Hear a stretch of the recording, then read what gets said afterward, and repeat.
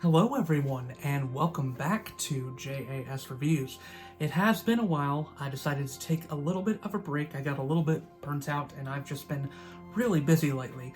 But I am very glad to be back with another video, and today we are doing another album review. And today we are going to be talking about the band While She Sleeps, and I'm going to be reviewing their newest album entitled Sleeps Society. I have been a fan of While She Sleeps since their 2017 album You Are We, when I heard that album for the first time. Although I would say the first time I really got into them was when I heard their single Silence Speaks, which was the lead single for that album You Are We of the same name. And man, You Are We was such a huge album for me in 2017. I gave it a perfect score, and it was a very impactful album for me, I feel like. I just loved the themes of it. It was very well written, its political bent was super interesting to me, and their previous two albums are also really good. We've got This Is the Six, their debut, which is definitely their most intense album by a mile, and very impressive in its own right, a simply great debut. And then their sophomore follow-up, which was Brainwashed, which was definitely a very catchy album and showed them logically evolving their sound. And after hearing those first two albums, I could totally see why on their third album they would already be making a masterpiece. In 2019, the band came out with the album So What, which, in my opinion, is another pitch-perfect album. There are not that many bands where I have rated them 5 out of 5 stars 2 albums in a row. That is very rare for me to do, but While She Sleeps is one of those rare few. And I think it's deserved, because So What is an excellent continuation of You Are We and the themes, approaching the political bent in a more cynical way, but still having that air of hope that While She Sleeps always does a good job at balancing. So obviously, I was very, very excited for their new album. And I will admit the lead single didn't necessarily impress me as much as I was hoping. It doesn't have quite the same punch as a song like Silence Speaks or Antisocial, but Sleep Society, the lead single, which also happens to be the title track, was still a pretty fun cut, and it did reveal something very interesting that the band was going to try to do with this new album. They were trying to go more independent, and the song criticized record labels for controlling them. But how does the rest of Sleep Society hold up, even with the lead single that was slightly underwhelming? Well, I've gotta say, even with the high expectations I had for this album, coming off of two albums that I think are nearly perfect, or almost completely perfect front to back, Sleep Society still ended up impressing me in many ways. Now, this album does not quite have the same political bent as You Are We and So What do. In fact, it does sort of draw back on it in many places. It is still there in many songs, especially songs like Systematic, but there are definitely places where the band is going for a more personal touch on this album. Now, while that doesn't make for an album that is lyrically and thematically deep as their previous albums, I do still think this is a very impressive release, and I do think the lyrics are very genuine and heartfelt on many songs on here. And I think this album gets off on a very, very strong start with Enlightenment, which is probably my favorite song on the album at this point.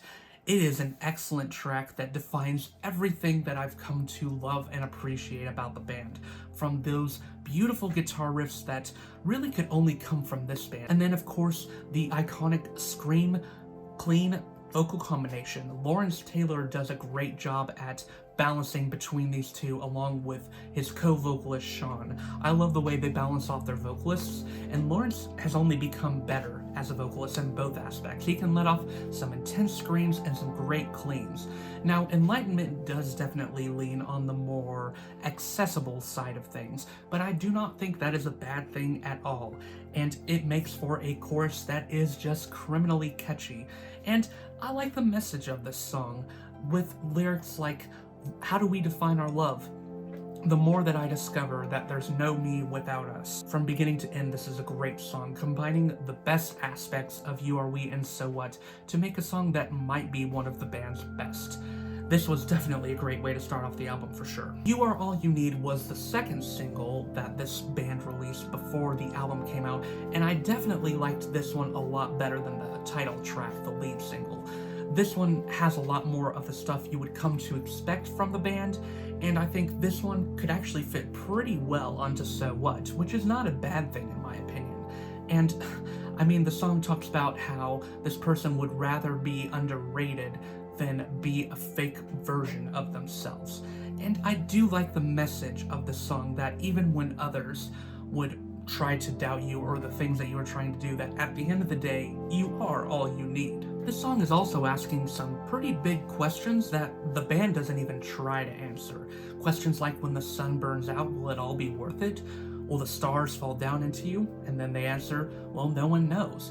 So at the end of the day, you do need to try to rely on yourself and also caring about other people, which is a good message, and I think this song lays out that thesis in a pretty interesting way by highlighting the very dark questions that can enter our brain, and how, even though those questions are important to think about, at the end of the day, we do need to care about each other rather than focusing on all these negative aspects of our lives. But next, we get what is another huge highlight on the album, and Systematic. Man, this song is an absolute barn burner, a banger. And this is the only song on the album that I would say has a more political bit to it, as they're talking about the corrupt system that we live in and how we accept certain aspects of our system every day without even realizing it. And the anger that Lawrence Taylor has in this song is just irresistible.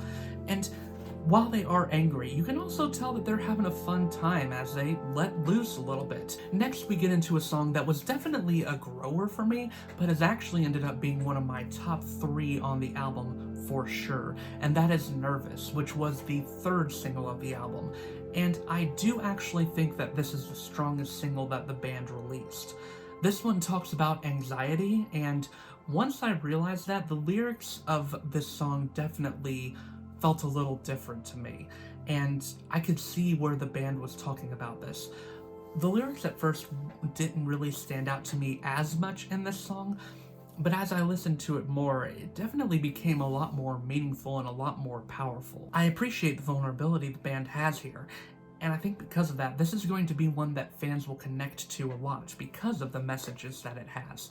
Also, I think Simon Neil is a great feature here. Once again, this confirms to me that I need to get into his band Biffy Clyro, because if you'll remember in my Architects review, he was also featured in a song on there called Goliath, and he was excellent there as well. After the admittedly pretty cool interlude that is PYAI, we get another pretty ambitious song in Know Your Worth, Somebody.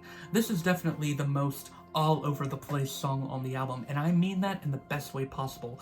This song goes from one idea to the next in very quick succession in terms of its musical structure.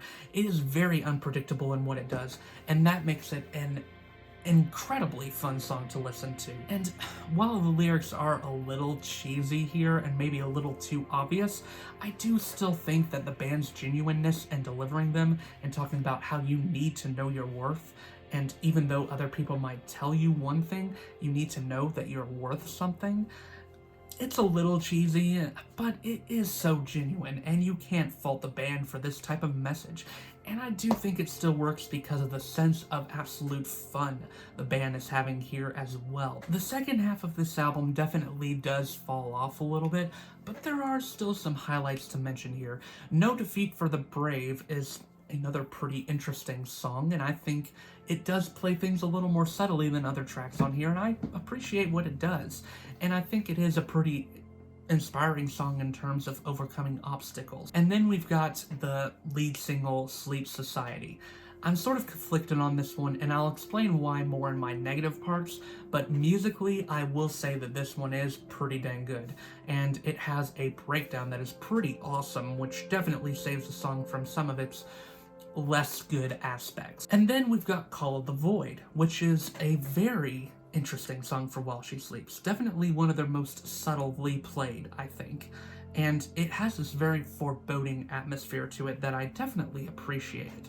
I think it could have gone off a little more in terms of what it was doing, but it is still a pretty intriguing song, and I honestly almost wish the band had ended the album here, because this would have been a stronger ending. And the foreboding feel would have almost left you on this to be continued feel, which would have made you more intrigued for the next album. Now, as far as negatives for this album go, I will say it was going to be very hard, and even the best of circumstances, for the band to match up to the sheer caliber of their past 2 albums. This album doesn't quite do that. In fact, I would say that it might be their weakest album to date. There are some negative aspects to it. The first would be I need to point out some specific songs, one of them being Division Street, which is by far the weakest song on the album. I'm not really sure what Division Street was trying to do. Like, it was trying to point out all these different things, these different contradictions, like here's what the lyrics are saying. It's very odd in my opinion, and I just feel like it doesn't quite work in its purpose. We can say how it is when there's no one around, said the prey to the predator now. We can wait for the water at the top of the clouds, said the rain to the man on the ground. Musically, even, this song doesn't really interest me that much. It just sort of has the same guitar going in the background, and it never builds up in energy, never builds up in intensity. Even vocally, it's just sort of not interesting. The vocals feel like they're pushed to the background, honestly. I get they were maybe trying to go for a vibe or a mood here, but it just doesn't work in the way the band was intending it to, I don't think. Also, I do need to talk about the title track very briefly.